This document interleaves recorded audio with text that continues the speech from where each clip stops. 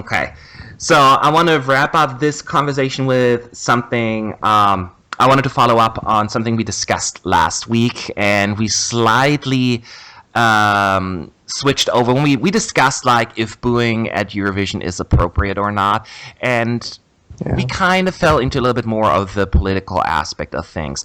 And I want to talk a little bit more about that. And on the forum, there is a discussion that started, which originated from an article that ESC Inside has posted. I highly encourage you guys to check it out. It's really good. It's basically just the editors and the team members just commenting about their experience and whether or not the contest itself has become or has always been political slash too political. So, Adam, I'll let you start first and see what your thoughts are. Oh, I should say that if it is too political, yes and no.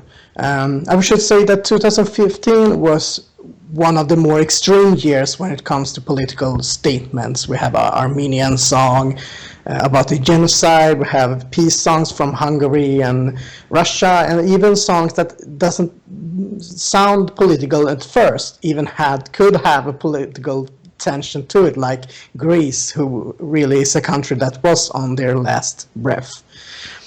But also I say that I have nothing against political songs, that the contest is political. That is just the way things are. We are living in the world where we have a war, even in Europe and right outside Europe.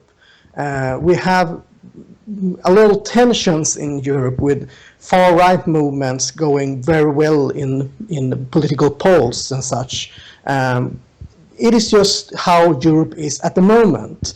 And it is, I think that music has more depth to it if it is a political statement somewhere in the mists. So I'm not against it. Maybe it was too many songs that were political in 2015, but I like variety, so I want more happy songs as well.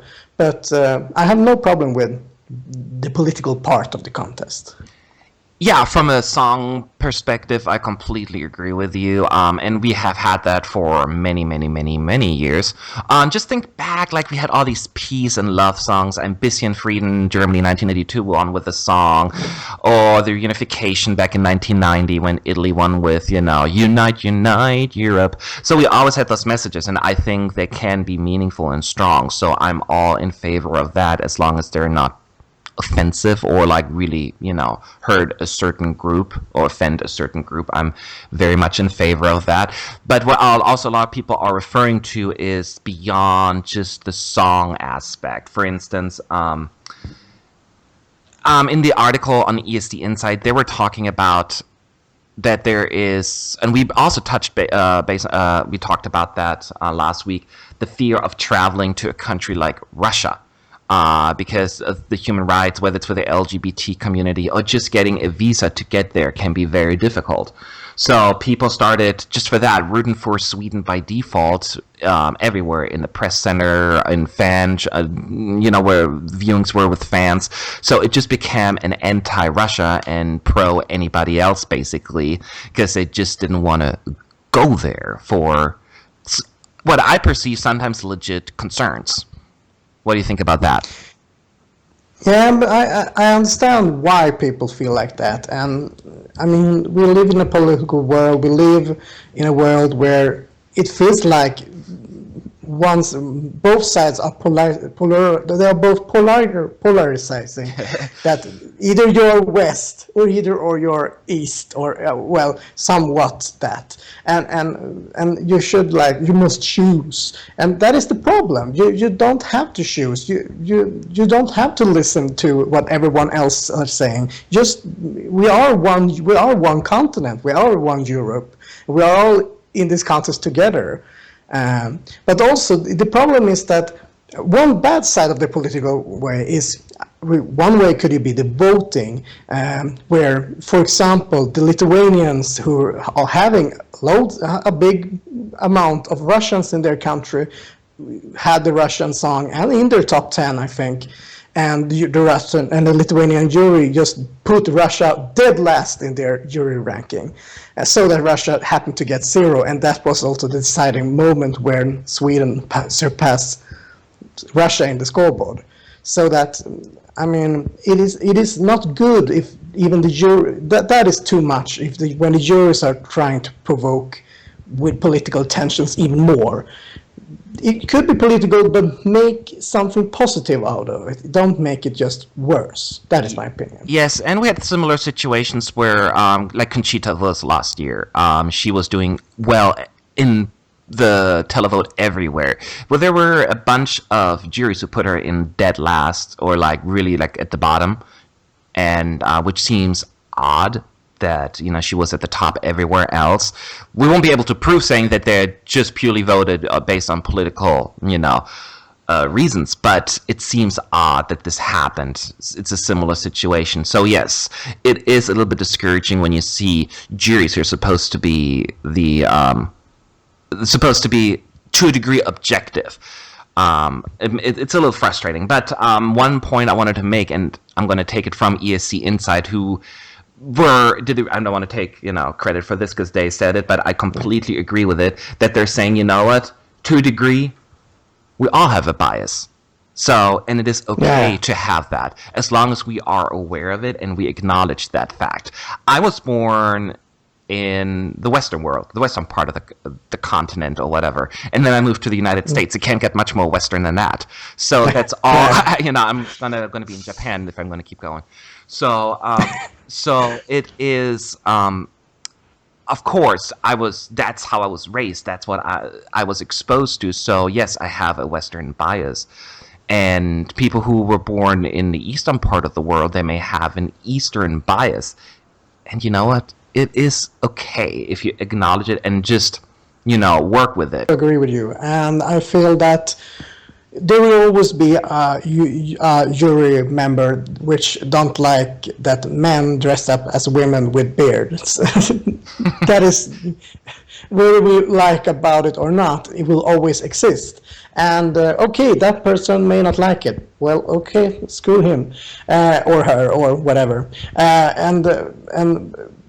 But we have to, like, I think that it has turned better. I mean, imagine when Austria won 2 years ago almost.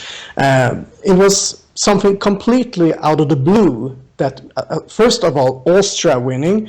Second of all, a man in a drag wearing a beard winning the contest and singing a song like that was spectacular, to say the least. And that show that a song like that and a performance like that can win. That means that we are moving forward to a world where we understand our differences much better. That is what I think, at least. No, and you're absolutely right. And I want to also be clear, it's not just a one side. It's like, oh, it's only the Eastern place or it's only the Western people. It's everybody. Exactly. It's like, you know, we remember, you know, the whole Armenia-Azerbaijan feud is not even the right word, but situation that's going on there. That's going to be an ongoing thing for a while. We had, just on another example, you remember the UK in 2003 when they scored 0 points.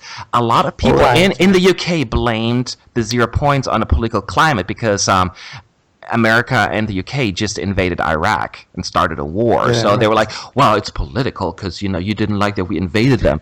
And so it's everywhere happening. Sometimes it's just an excuse. Sometimes it's just blaming. It is frustrating. It is part of it. And as I said earlier, I think we just need to acknowledge it. And hopefully we can just rise above it. That is my hope. I know it sounds very cliche and I'm an optimist, but I think we're going the right way. I think, especially since we have a 50-50 jury televote. Not everyone is going to agree with me because some people don't like the juries, but I do think it is limited now because even the televote, when it comes to political voting or people vote for their countries that they politically agree with, can be brought down, just like you said, Lithuania. Even if it was a little bit dramatic in that case with Russia this year, but, you know, then the juries can kind of even that out a little. can backfire at times, but I think on average it has gotten much, much better, especially when you look at the scoreboard these days. Yeah, I agree with you. I think the 50-50 is making it better, and also I think it's changing the viewers as well. I mean, it was many that voted for, I mean, for Austria, for example, in the televote. I mean, in Eastern countries, I mean, it was, Conchita got 5 points from Georgian televote, for example, and for someone who lives in the West, couldn't believe that someone in Georgia would like that. But you see, they aren't as backsided as we in the West try to think. And I think also that many in the Eastern countries are noticing that people in the West aren't backsided in the other way either. So that we have to see that we are different, but we aren't that different that we can still enjoy songs that is completely different, at least. That I think. That is correct. So I guess we both agree in terms of is Eurovision political? Yes. If it's too political, I would say